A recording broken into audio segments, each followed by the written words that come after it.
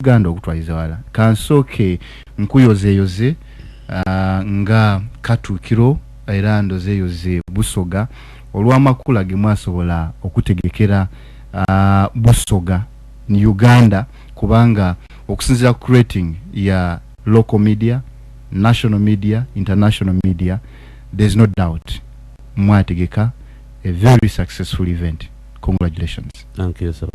Kale era ni mu bufuno obulala obwo mukolo gwe mwakola oba embaga ya mwenemu eyaliwo omwezi ogw'omulala 2023 mu byafaayo bya Busoga ne buti wotakula internet ni kudimu ku story disinga kubamba since Busoga existed. Kiraga nti Busoga erina mapu weyongero gaziwa ku global scale. Ekyokubiri vibe yali wano obumu obwabonebwako obwenzi obwa Busoga obwaliwo bwaswikirira omukuzi guno nga Busoga Kingdom. Are you prepared?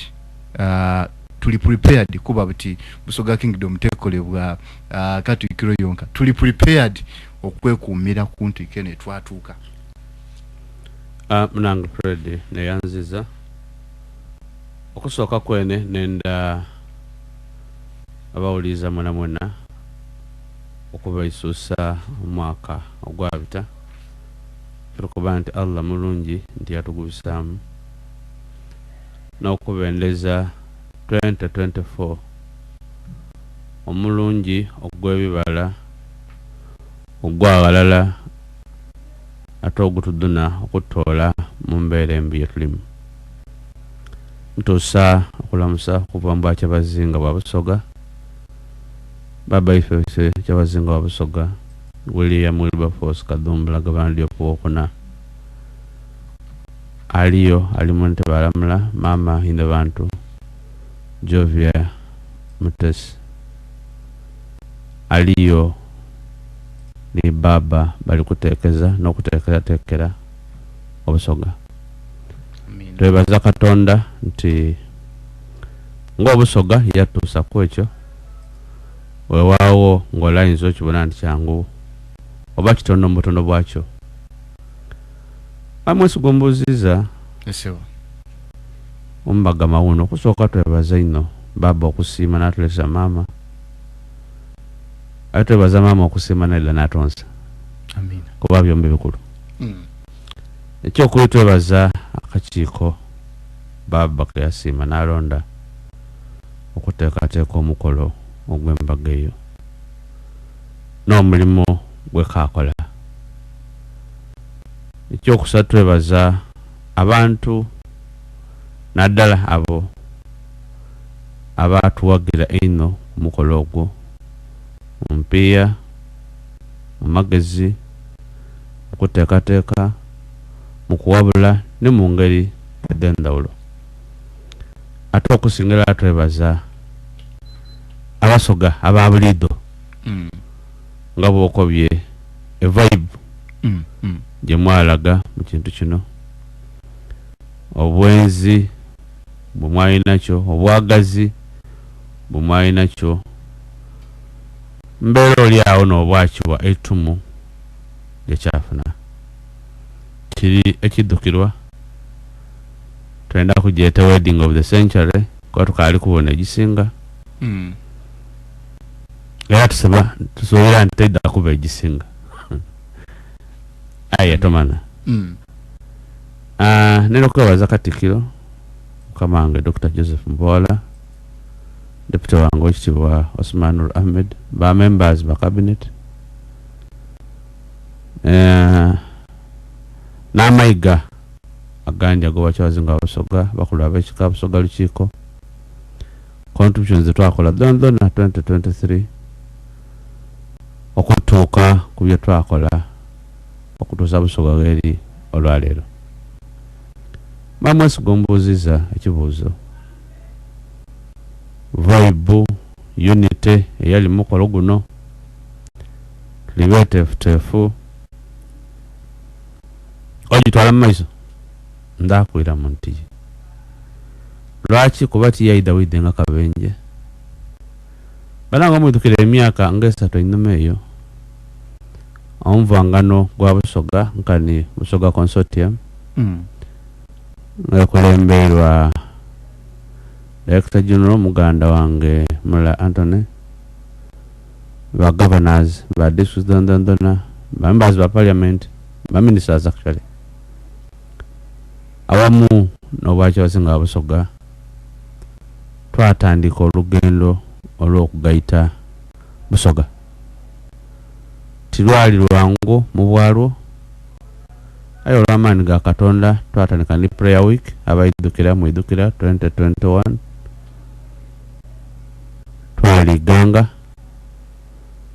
buli Musoga mukulu, buli Musoga mugulumivu, buli Musoga owerina twamutuukira nga twegaisa abalala ne kanisa ne eklezia n'emisigiti n'apentakoti ab'endawulo twamala wiki nga tusabira Busoga okuyira agalala. Twali n'emikolo gy'endawulo n'okusaba okw'endawulo. Twamaliriza tonatona nga tugiire iganga era twetemana ziri nga Abasoga mu Busoga mbwakiwazi nga Busoga nti twena amaani gaife gali mu kubagalala so kwawukana. Twayikiriza nti tutayina amaani mu ekyo ekitugaita okutwala Busoga mu maiso, tukikozese okubona nga tutolawo obutono obwo obuyinza nga kubanga butwawulewola. Abantu bakulu bangi ab'amaani baaliyo. Ekitiibwa kisengedde Right Honorable Rebecca Etola Kadaga yaliyo, Right Honorable Jessica Suna Lumumba yaliyo, Honorable Balanda Mile yaliyo, Honorable Salamu Sumba yaliyo, ba members of parliament bonna abasinga baliyo.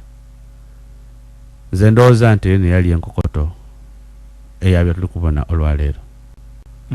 Badallah mwaka ogwo twakira mutwali n'amayingo ataka ikuno kyanuma kyageda n'okusingawo. Nenda okwebaza abakulembeze ba Busoga ab'endawulo mu biti byaimwe, Busoga Consortium, Busoga Kingdom, bantu kinomu opinion leaders tulidombire ekintu ekyokuyiza Busoga agalala kubaago n'amaani gaife. Omubozi watulibete foga keeping up. Sure. Inshallah tulibete foga keeping up. Okay. Watandika ekintu kitandikira mu kusaba n'okuyikiriza nti kisoboka ate Katonda akikuulwa nalina okukikuuma. Kyobona singa weekaliisa enaku zino abaana ba Busoga bangi abali mu bifo eby'endawulo batambulanga omuntu omulala. Niyo twali tusuubira nti basobola okutyama bateesa ate bateesa Busoga ebirungi kubumu mu nkulaakulana mu byobufuzi mu by'enguudo n'okulobingira Busoga ebintu bingi. Okay. Bakidda ni kiba nti baba ali muntu ali kulamula ni mama n'obukulembeze bwe bona itusobola kuba nga tulekula omukisa guno okutubita mu ngalo.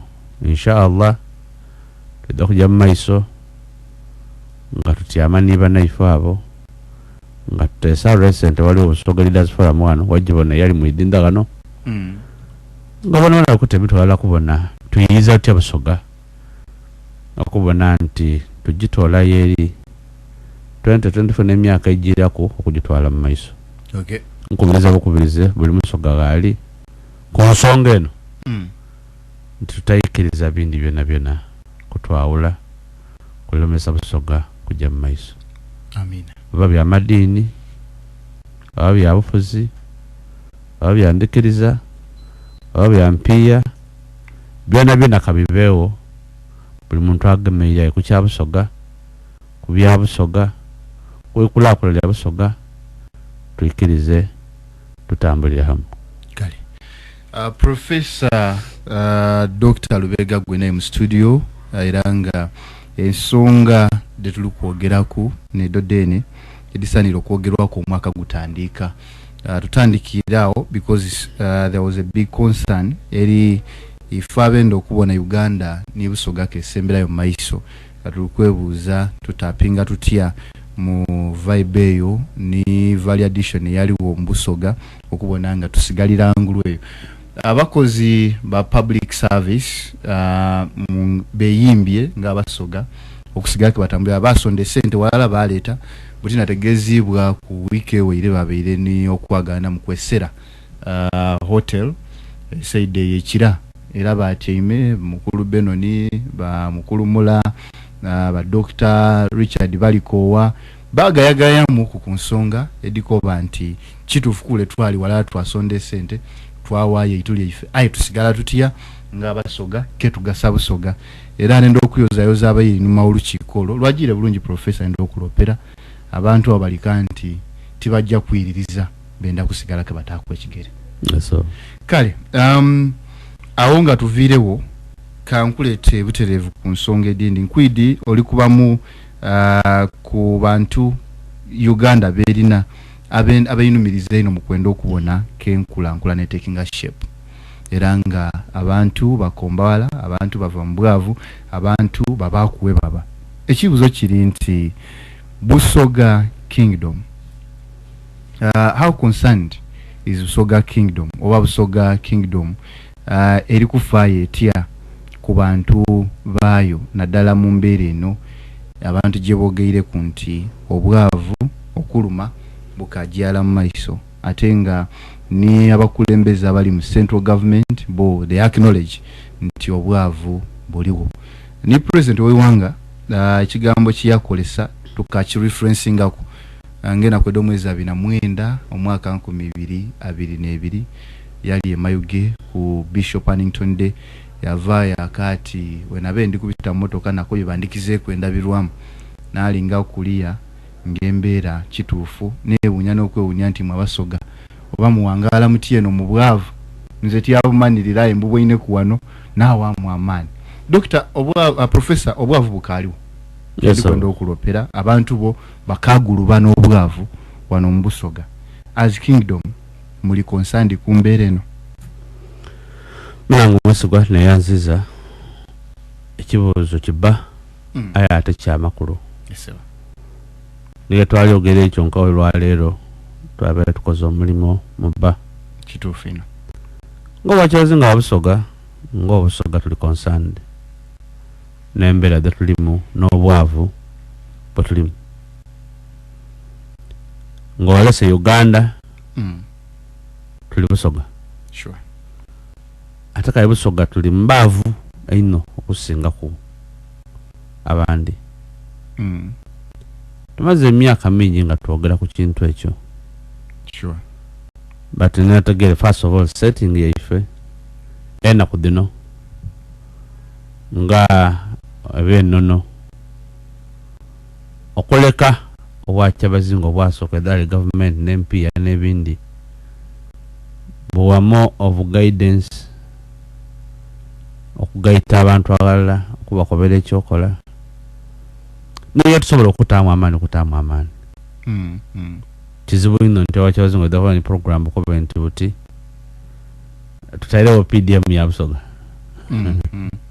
avo katubakoze tintuntu ayi mulimo gwaife okubona nga twegaita galala ni government l'institution ez'eddondona okwongera ku MP ya mu nsawo ez'abantu government yonga government egeza kukola gwayo wewawo nga twali kutuuka tujja ni president ko tyakati obwavu bungi programs ningi tudiwulira tudibona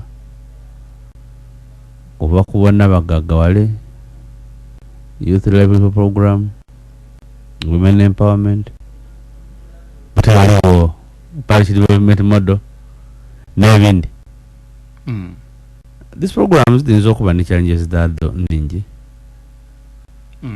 ainze ndoza ndiri aimed at okubona nga tola abantu baifwe mu bwavu. There could be issues in the execution. Those in all Michaleyo, Michu Muro, kya December kino nga ndikuwaya ku n'abantu bange oidde ntera okuba yena ku nga 10-12 twatyama n'abataka twagayako nga ndi interested mu kumanya sente PDM abantu baffe badifunye batya badikozesa batya.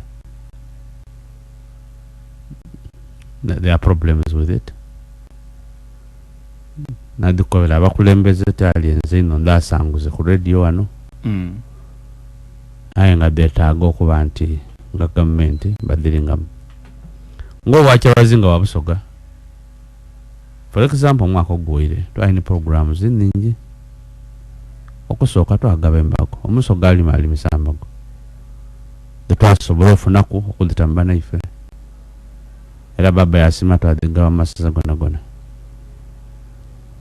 mbago ezo twadigabiraku ensigo za cabbage n'ebindi.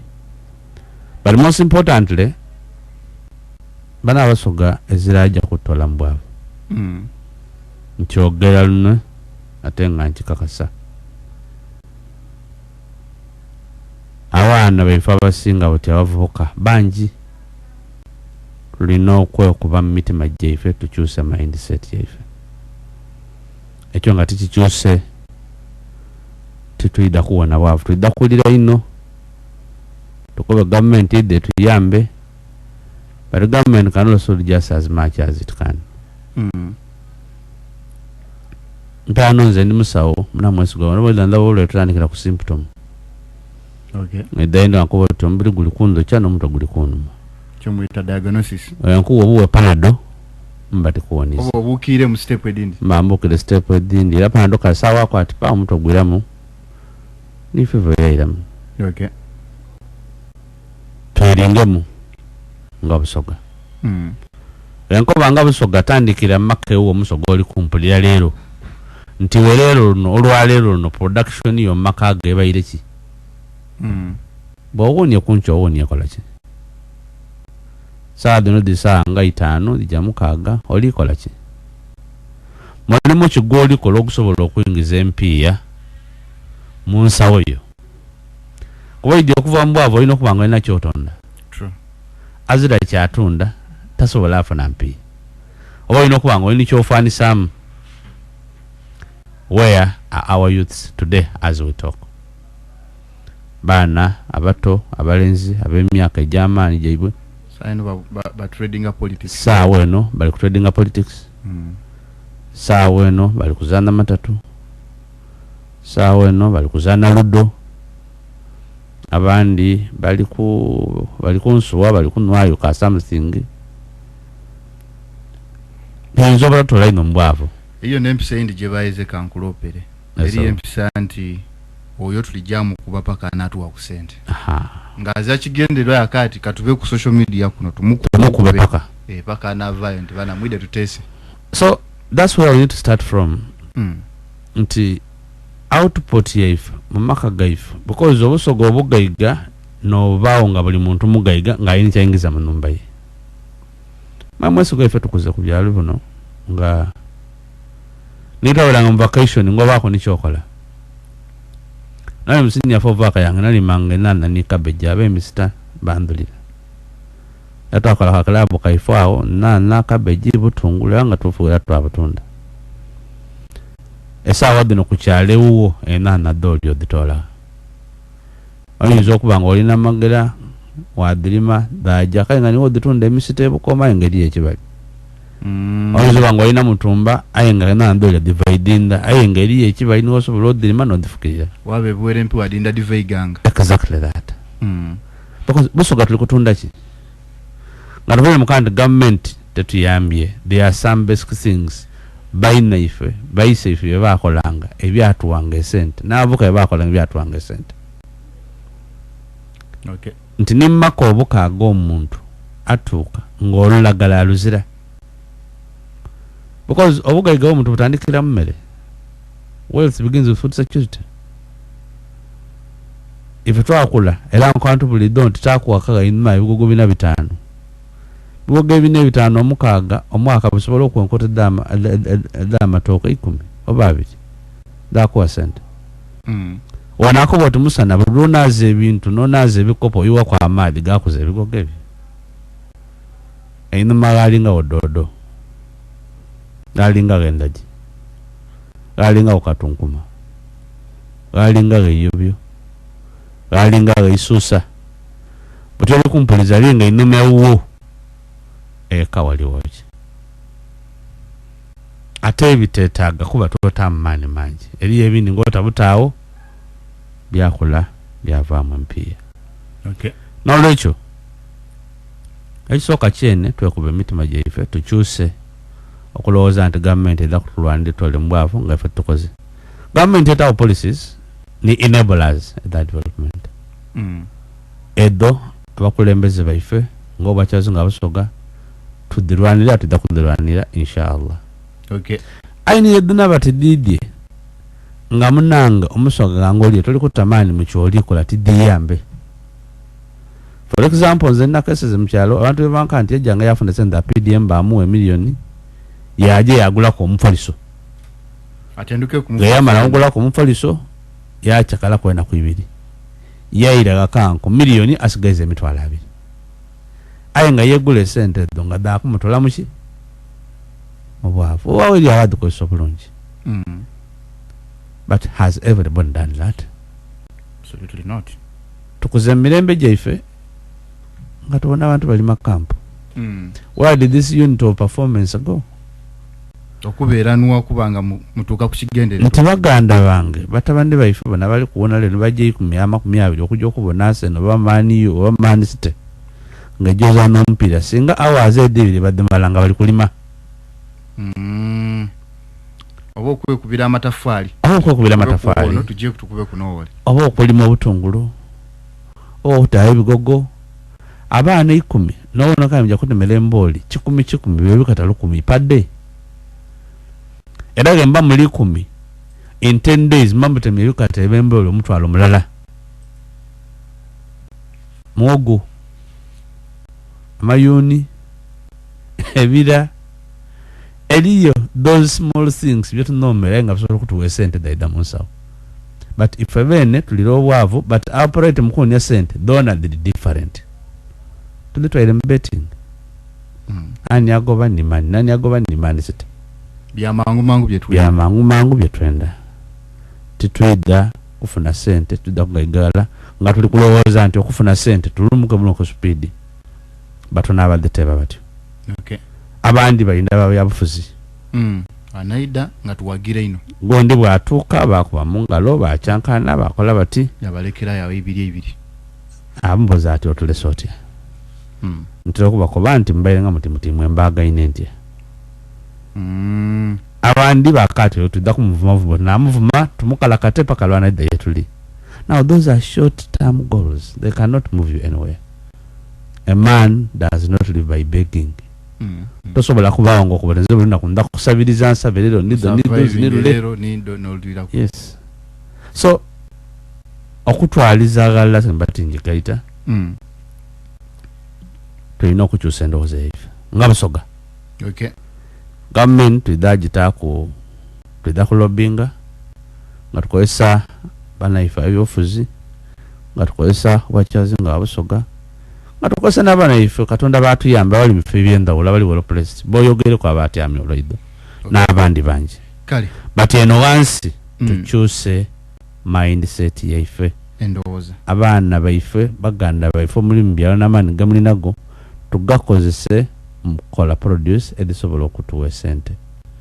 Mwesigwa ndako ekyokunaku emayuga bali kulima ino koko. It's one of the districts in Uganda where cocoa has become